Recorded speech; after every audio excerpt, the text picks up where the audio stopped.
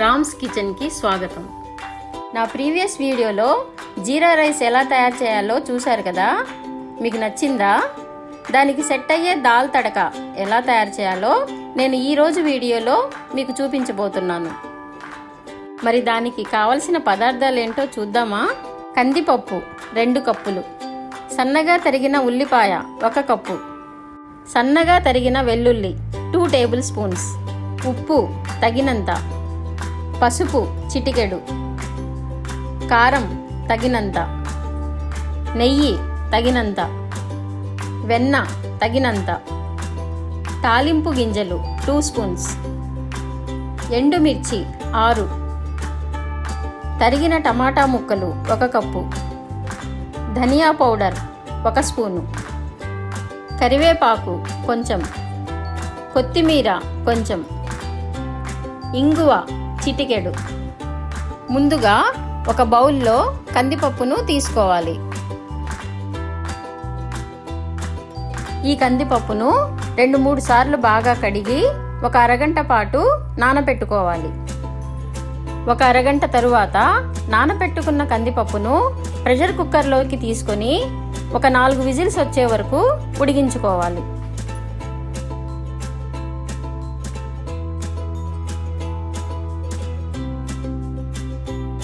Pressure cooker చల్లారిన తర్వాత తగినంత ఉప్పును యాడ్ చేసుకొని పప్పును బాగా మెదుపుకోవాలి. మన దాల్ రెడీ అయిపోయింది.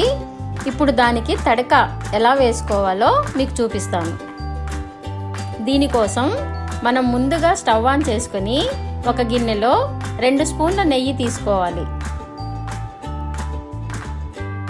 తర్వాత కొంచెం బటర్ యాడ్ చేసుకోవాలి. వెన్న కరిగిన తర్వాత 2 స్పూన్ల తాలింపు గింజలు వేసుకోవాలి. ఈ తాలింపు గింజలు బాగా వేగి చిటపట్లాడుతున్నప్పుడు సన్నగా తరిగి పెట్టుకున్న వెల్లుల్లి ముక్కలు వేసుకొని వేయించుకోవాలి. వెల్లుల్లిపాయ ముక్కలు వేగి మంచి వాసన వస్తున్నప్పుడు ఉల్లిపాయ ముక్కలు వేసుకొని వేయించుకోవాలి.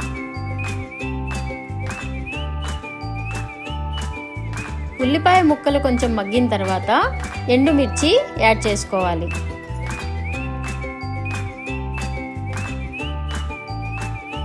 ఆ తర్వాత కరివేపాకు వేసుకొని వేయించుకోవాలి.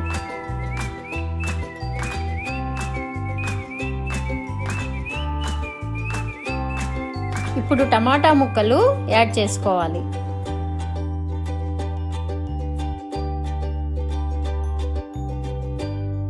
టమాటా ముక్కలు బాగా వేగిన తర్వాత ఇంగువ వేసుకొని వేయించుకోవాలి. తర్వాత 1 స్పూన్ ధనియా పౌడర్, 1 స్పూన్ పసుపు, తగినంత కారం,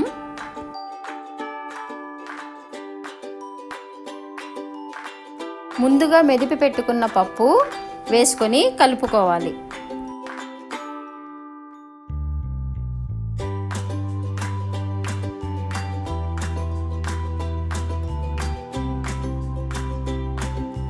ఇప్పుడు పప్పు ఉడికించినప్పుడు మిగిలిన వాటర్ని కొంచెం వేసుకొని బాగా కలుపుకోవాలి.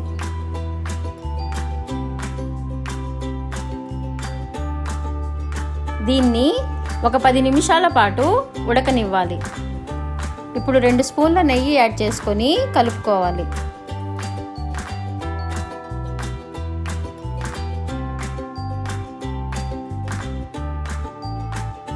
చివరగా కొత్తిమీర చల్లుకొని స్టవ్ ఆఫ్ చేసుకోవాలి. అంతే, డెలీషియస్ దాల్ తడక రెడీ. ఫ్రెండ్స్, దీన్ని జీరా రైస్తో సర్వ్ చేసుకుంటే చాలా టేస్టీగా ఉంటుంది. ఈ వీడియో మీకు నచ్చినట్లయితే please like, share and subscribe.